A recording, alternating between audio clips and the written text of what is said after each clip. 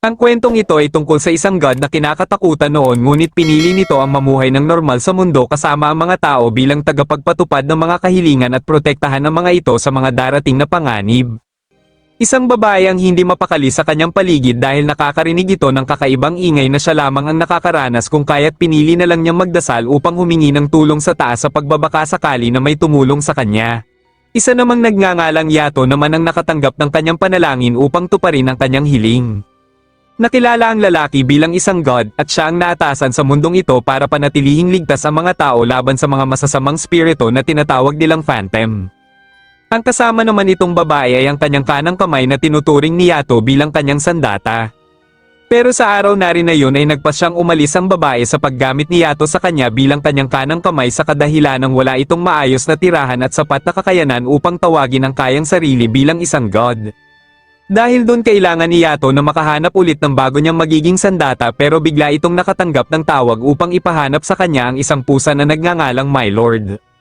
Nagpunta si Yato sa bayan upang hanapin ang nawawalang pusa ngunit sa kanyang pagtawid ay bigla naman siyang tinulak ng babae na may pangalan namang Hiyori upang iligtas siya sa panganib dulot ng isang truck.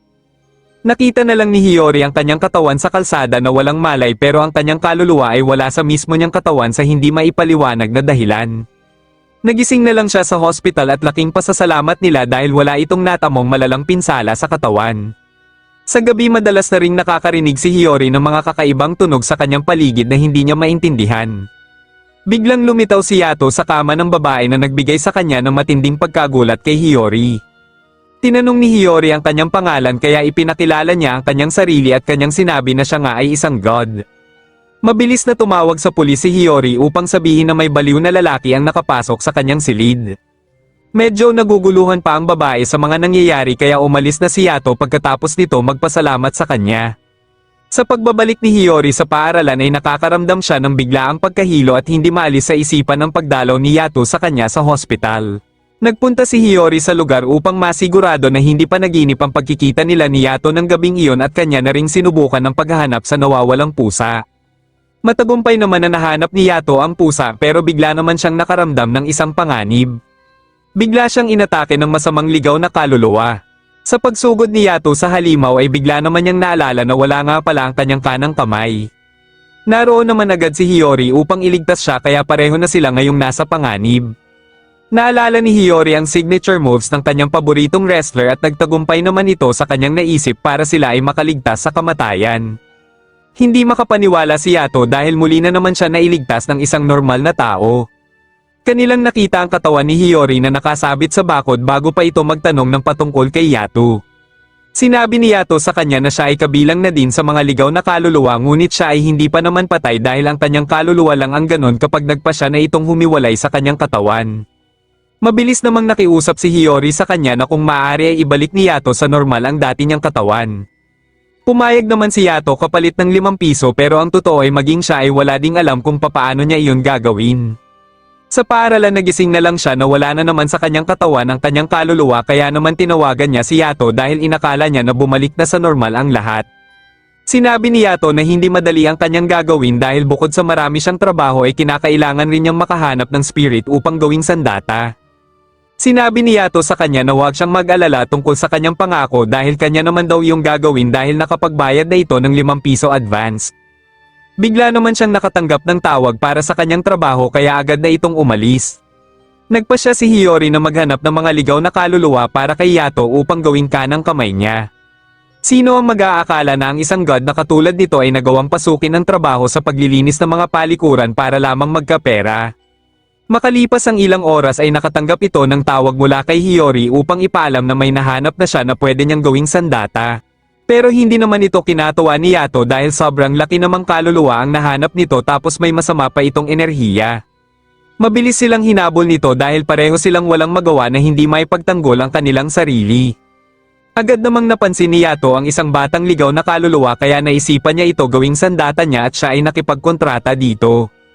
Mabilis na umatake ang halimaw pero mabilis lang rin naman itong pinatay ni Yato sa harap ni Hiyori. Nakita ni Yato ang malungkot na nakaraan ng batang kaluluwa kung kaya't nakonsensya ito nang gawin niya itong kanyang kanang kamay.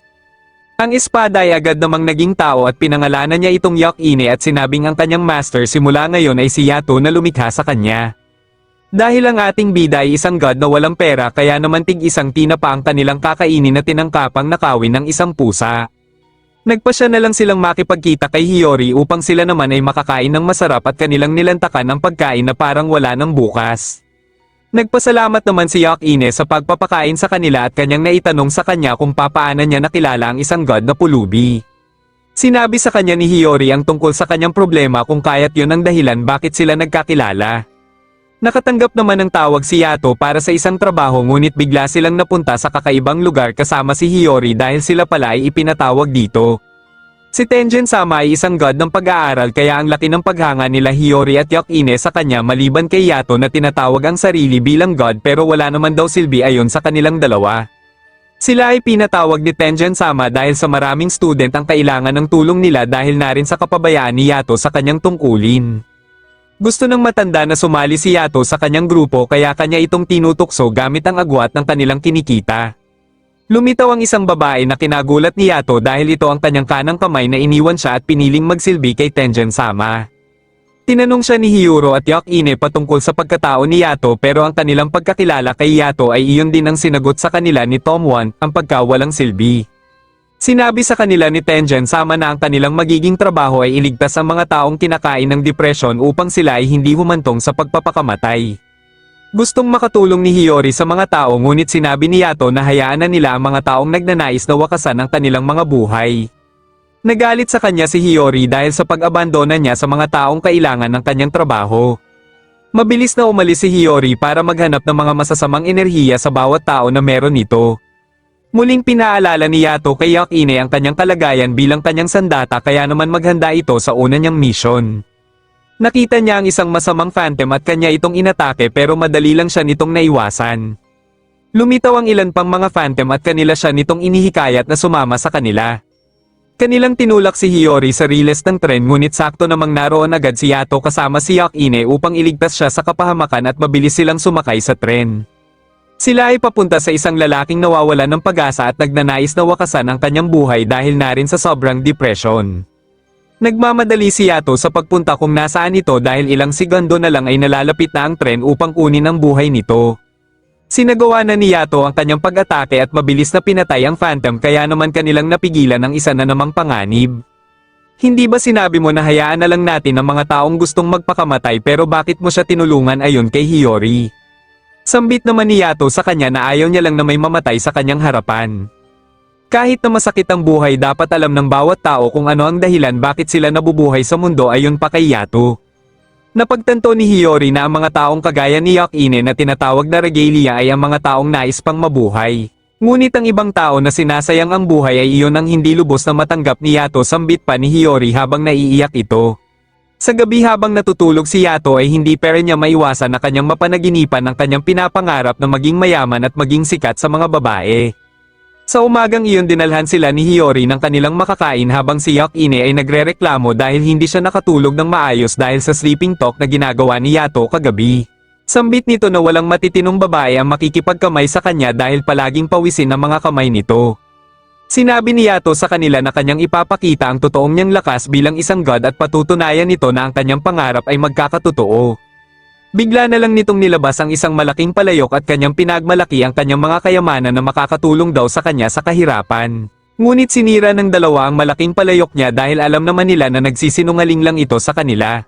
Sinabi ni Hiyori sa kanya na ang kanyang kinikilos ay ang hindi dapat ginagawa ng isang god lalo na kung nakahanap na ito ng magandang regalia. Dahil sa sinabi ni Hiyori ay biglang naging seryoso si Yato at nais nilang puntahan ng isang tao na isa sa mga 7 God of Fortune at ito ay si Kafuko Obisu at kanya namang regalia ay nagngangalan namang Daikoko. Habang wala si Yato ay nabanggit sa kanila ni Kufuko ang masamang nakaraan ni Yato bilang God. Pero hindi rin naman natuloy nang biglang dumating si Yato upang kanilang puntahan ng isang trabaho. Isang lalaki ang sawi sa pag-ibig ang gustong wakasan ang kanyang buhay kung kaya't naroon sila para tulungan ito. Ayon sa lalaki ang babaeng kanyang minahal ay kasing edad lang ni Hiyori at kanya itong nakilala sa isang kalsada pero nahulog agad ang loob nito sa kanya. Hanggang sa lagi na niyang sinasamahan sa bawat lugar na nais nilang puntahan hanggang sa ito ay mabaon na sa utang. Ngunit nang ipakita ng lalaki ang larawan ng babae ay bumungad sa kanila ang litrato ni Kufuko. Dito na rin sinabi ni Yato sa kanila na si Kufuko ay kinikilalang Diyos ng kahirapan kung kaya't ang lalaking ito pala ay napuno ng utang dahil maling babae ang kanyang napulot. Ayon kay Yato ay mas mabuting kalimutan na lang nito ang babae dahil wala itong magandang maidudulot sa kanyang buhay kung hindi puro problema. Ang kanyang lubos na pagmamahal kay Kufuko ay puputulan na ni Yato sa mga oras na ito para matapos na ang kanyang paghihirap. Hindi ba sinabi ko sa'yo na huwag kang lalayo dahil maaari kang magdulot ng problema ayon kay Daikoko na pinagagalitan si Kufuko. Pagkatapos ay binati naman niya si Yato dahil sa nakahanap na ito ng magandang regalia at ito nga ay si Yakine. Nang aalis na sila ay naitanong ni Hiyori sa dalawa ang patungkol sa nakaraan ni Yato na kanyang nasabi kanina. Ayon sa kanila bukod sa si Yato ay isang Diyos ng mga digmaan sa kabila nito ay nagawa rin niyang pumatay ng mga tao maging ang sarili niyang regalia matagal na panahon na ang nakalipas. Ayon pa kay Daikoko ang mga Diyos ay patuloy na umiiral sa mundo upang tuparin ang bawat kahilingan ng mga tao ngunit pagkatapos nila itong makuha ay basta ka na lang nilang kakalimutan. Ano ang gagawin mo para maalala ka ng mga tao pagkatapos mong tuparin ang kanilang hiling ayon pa sa kanya? Tinanong ni Hiyori si Yato kung ano ang dahilan bakit nito pinakilala sa kanila si Kufuko. Sinabi ni Yato sa kanila na sa oras na may mangyari sa kanya ay agad silang magtungo kay Kufuko para tulungan sila. Lumitaw naman ang isang babae na nagngangalang Nora sa harap ni Yakine na sumakto namang naroon na rin sa lugar si Yato at Hiyori. Napag-alaman na kabilang si Nora sa mga regalia ni Yato at maaaring ito ang tinutukoy ni Kufuko kay Hiyori na pinatay ni Yato matagal na panahon na ang nakalipas. Sinabi ni Yato sa kanila na ang isang regalia ay may kapangyarihan na tinatawag na borderlines. Tinuro sa kanya ni Yato ang paggamit nito at matagumpay naman itong nagawa ni Yakine na kinamangha ni Yato dahil sa unang subok pa lang nito ay ang lakas na agad ang ipinakita nito. Sinabi ni Hiyori na simula sa araw na ito ay siya na ang magbabantay kay Yakine dahil wala daw itong magandang kinabukasan sa mga kamay ni Yato. Binunyag naman ni Yato na si Yakine ay may pagkabastos din daw kaya hindi daw ito pwedeng sumama sa kanya. Alam naman natin na kung may taong laging may binabalak sa kanyang kapwa ay walang iba kung hindi si Yato sambit naman sa kanya ni Hiyori. Sinabi ni Hiyori sa kanya na kung may kailangan ito ay magpunta lang si Yakine sa kabilang kwarto. Maya-maya pa ay bigla namang naroon ang kanyang mga magulang na may kasamang baliw upang maghakot ng kanyang makakain sa labas. Sa kalagitnaan ng gabi isa namang babae ang nakasakay sa isang layon na hinahabol ang isang phantom at walang hirap niya itong pinatay. Kinabukasan habang sila ay namimili kinuha ni Yakine ang isang skateboard nang hindi nagbabayad pero binalik ito ni Hiyori dahil isa itong pagnanakaw. Sa paglingon ni Hiyori ay wala na si Yakine sa kanyang tabi kaya kanila itong hinanap ni Yato sa buong mall. Pinaliwanag ni Yato sa kanya na hayaan ng mga taong magpasyang gawin kung ano ang tama at mali ngunit ang kanilang gagawing iyon ay hindi naaangkop sa mga Diyos. Kung kaya't balang araw ay kanya ring parurusahan si Yakine sa kanyang mga kasalanan na nagawa ayon pa kay Yato. Napagtanto ni Hiyori na iyon pala ang naging dahilan sa pagpatay ni Yato ng mga tao sa nakalipas na panahon. Sa pagmamadali ni Yakine sa kanyang pag-uwi ay kanya namang nakita ang isang batang umiiyak na lumapit sa kanya. Hiniling ng batang babae na kanilang antayin ang kanyang magulang ngunit siya isa lamang kaluluwa kaya imposible na mangyari yun. Umiyak ang batang babae dahil sa sinabi ni Yakine kaya nagsimulang lumitaw ang mga phantom upang sirain ang pagkatao ng batang babae. Ginamit ni Yakine ang boardlines upang sagipin ito ngunit ang mga phantom ay tuluyan nang nakapasok sa kaisipan ng batang babae. Ngunit isang phantom ang hindi kinaya ng borderline niya pero sakto namang naroon si Hiyori upang iligtas siya sa panganib. Dumating na rin sa lugar si Yato at hiniling kay Yakine na kanyang tatapusin ang phantom ngunit ayaw pumayag dahil sa batang babae. Ang kanyang gagawing pagtapos sa phantom ay para na rin sa batang babae dahil iyon ang makakabuting gawin para wakasan na daw ang paghihirap nito. Isang tao naman ang nagsasabi sa isang babae tungkol sa pagkakaroon ni Yato ng bagong regalia. Si Yakine ay tuluyan ang natatakot kahit sa maliliit na bagay na kahit hindi naman dapat. Nagpunta siya sa mall upang ilabas ang kanyang sama ng loob sa pagpatay ni Yato ng gabing iyon at kanyang naisipan na nakawin ng isang skateboard habang si Hiyori ay patuloy sa paghahanap sa kanya. Ang ginawang pagnanakaw niya sa skateboard ay hindi nakaligtas kay Yato nang matagpuan siya nito at itanong sa kanya paano niya ito nakuha. Naroon na rin si Hiyori ngunit pinagtakpan nito ang ginawang pagsisinungaling ni Yakine dahil sa galit na pinapakita ni Yato sinyales ng isang parusa. Si Yakine ay biglang nakaramdam ng pagkabalisa bigla silang inatake ng isang babae na nagngangalang Bishaman upang tapusin ang buhay ni Yato sa mga araw na ito upang ipaghiganti ang mga tao na kanyang pinatay. Mabilis na nag-anyong sandata si Yakine para sa isang labanan habang kanilang iniwan si Hiyori sa kanilang pagtakas. Nagpatuloy ang pagsunod ni Bishaman sa kanila gamit ang kanyang mga regalia kaya madali lang silang nasusundan nito kung saan sila papunta. Dahil ang kanilang isipan ay iisa ito ay lubos na nakakaapekto kay Yato kaya kanyang pakiusap kay Yakine na huwag na itong umasta na parang bata. Hinarap ito ni Yato ngunit ito ay nahihirapan dahil ayaw makisama ng kanyang regalia sa kanya. Nagpakawala ng atake si Bishaman ngunit naiwasan naman ito ni Yato at kanya pang nasaktan ng letigong regalia nito na si Kinuha.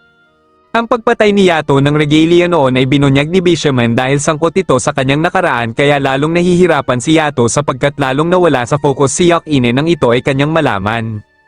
Nagpunta si Hiyori kay Kafuko upang humingi ng tulong ngunit napag-alaman na ang regalia ni Bishaman ay namatay sa mga kamay ni Yato noon kaya ito ay nagpakita sa kanila. Ang pagpatay sa regalia ay hindi maalis sa isipan ni Yakine dahil sa balang araw ay magawa rin siyang patayin ni Yato pag hindi na siya kailangan. Ang kanilang pagtatalo ay nahinto ng matagpusan na sila ni Bishaman at muling maghanda para sa isang laban na muling magaganap. Sa kasamaang palad si Kafuko ay naroon na rin sa lugar at nagsagawa ng isang atake upang ang kanilang laban ay hindi matuloy. Isang pag-atake ang natanggap ni Yato sa regalia ni Bishaman ngunit ang isang Nora ay bigla naman naroon sa lugar kaya nagkaroon ng pagkakataon si Yato na makawala.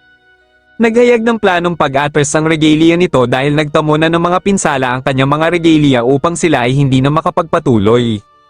Habang nililinis ni Yato ang blight dulot ng masamang emosyon ni Yakine ay nagpakita sa kanya si Nora at kanyang sinabi na muli siyang gamitin ni Yato bilang kanyang regalia. Nahalata na rin ni Bishaman ang pagkakaroon ni Yato ng blight dahil kanyang mga kinikilos kanina. Ang ginawang vent ni Kafuko ay tuluyan ng nagsara ngunit may ilang mga phantom ang nakapasok kaya inihanda niya ang kanyang mga regalia para lipunin ang mga ito. Nalaman ni Hiyori mula kay Yato na nagpunta si Yakine sa lugar ni Tengen-sama kaya mabilis itong nagpunta doon.